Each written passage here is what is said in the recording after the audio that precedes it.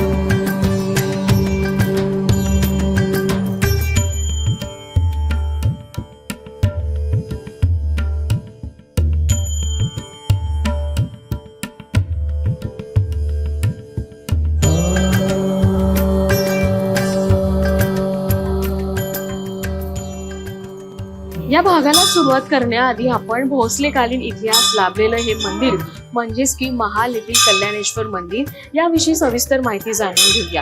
आणि यावर माहिती सांगण्याकरिता आपल्यासोबत उपस्थित आहे मंदिराचे सचिव गुणवंतराव पाटील. तर चला आपण त्यांच्याकडनं या मंदिराविषयी सविस्तर माहिती आणि इतिहास जाणून घेऊया.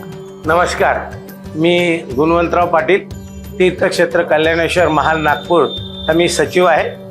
तीर्थक्षेत्र कल्याणेश्वर हे 400 वर्ष पुरातन भोसलेकालीन ऐतिहासिक आणि महादेवाचे जागृत देवस्थान आहे. सदरचे देवस्थानाचा जीर्णोद्धार 1968 मध्ये पोलीसचे तत्कालीन हेड कॉन्स्टेबल एकनाथदादा जौंजार, त्यांचे सहकारी पोलीसचे हेड कॉन्स्टेबल भैयाजी माने आणि इतर पोलीसचे सहकारी यांनी 1968 मध्ये या मंदिराचा जीर्णोद्धार सुरू केला.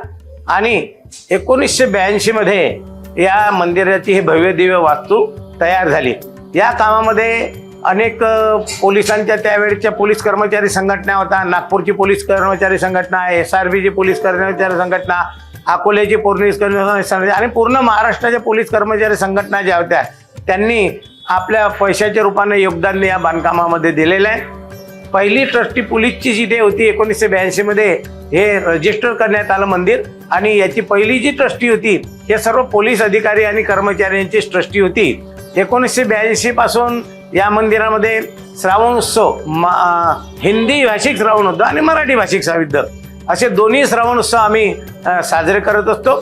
1.5 ते 2 महिने हा उत्सव चालतो. या उत्सवाच्या दरम्यान अनेक धार्मिक कार्यक्रमाचे आयोजन करण्यात येत असते.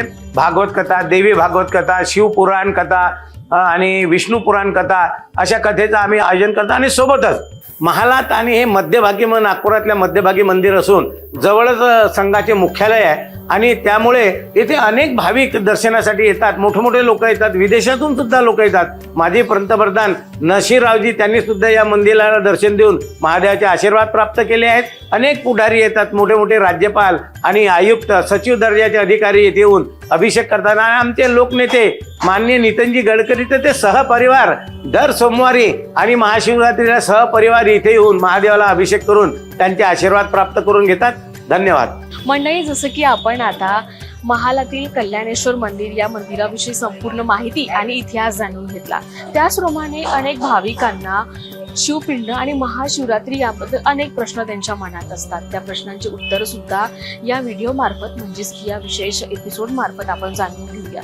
जसे की पिंडाला बेलपत्र कसे व का वाहतात, शिवपूजेबद्दल काही विधी निषेध आणि शृंग दर्शन कसे करावे, या संपूर्ण प्रश्नांचे उत्तर या एपिसोड मार्फत आपण जाणून घेऊया.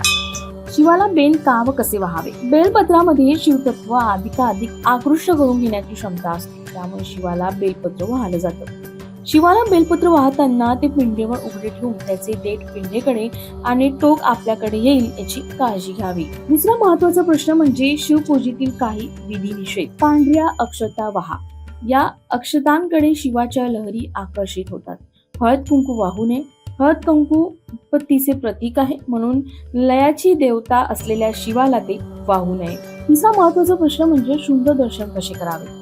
नंदीच्या उजव्या बाजूला बसून किंवा उभे राहून डावा हात नंदीच्या उष्णावर ठेवावा. उजव्या हाताने तर्जनी व अंगठा नंदीच्या 2 शिंगावर ठेवून त्यामधील पोकळीतून शिवपिंडेचे दर्शन घ्यावे. मंडळी, नागपुरातील कल्याणेश्वर मंदिराप्रमाणे या भागात आपण महाराष्ट्रातील अशा 3 मंदिरांबद्दल माहिती जाणून घेऊया. त्यांचं जे वास्तू आहे, त्यांचं जे इतिहास आहे, हे अतिशय प्राचीन आणि अद्भुत आहे की त्यांचं जे निर्माण कार्य अनेक प्रश्नचिन्ह घेऊन निर्माण झालेलं आहे. तर त्यांच्याबद्दल सुद्धा संपूर्ण माहिती आपण या भागात जाणून घेऊया. या शृंखलेत पहिलं मंदिर येतं ते म्हणजे श्री अमृतेश्वर मंदिर, जे की अहमदनगर येथील रतनवाडी येथे वसलेलं आहे. रतनवाडीतील श्री अमृतेश्वर मंदिर अंदाजे 9व्या किंवा 11व्या शतकात या मंदिराचं बांधकाम केलं गेलं असावं असा अंदाज आहे. या मंदिराचं सर्वात मोठं वैशिष्ट्य म्हणजे या मंदिरामागील कोटी तीर्थ नावाची दगडी विहीर. या शृंखलेत दुसरं मंदिर येतं ते म्हणजे कुकडीश्वर मंदिर, जे की पुणे येथे वसलेलं आहे.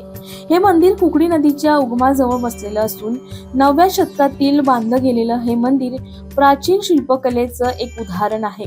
विशेष म्हणजे मंदिराच्या भिंतीवर नदी देवता, गणेश आणि विविध शिल्प कोरली गेली आहे. तिसरं आणि अतिशय सुंदर असं मंदिर म्हणजे पाताळेश्वर गुफा मंदिर. हे मंदिर सुद्धा पुणे या शहरात वसलेलं आहे. या मंदिराला अतिशय जुना असा इतिहास लाभलेला आहे.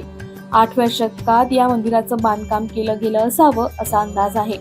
संपूर्ण मंदिर एकच खडकातून खोदलेलं आणि स्तंभ, सभा मंडळ आणि मध्यभागी असलेली शिवलिंग. विशेष म्हणजे बाहेरून साधं वाटणारं हे ठिकाण आत गेल्यावर शांततेचा अनुभव देऊन जातो. अशा प्रकारे आज आपण इथेच थांबूया. परत एकदा तुम्हा सर्वांना महाशिवरात्रीच्या मनपूर्वक शुभेच्छा.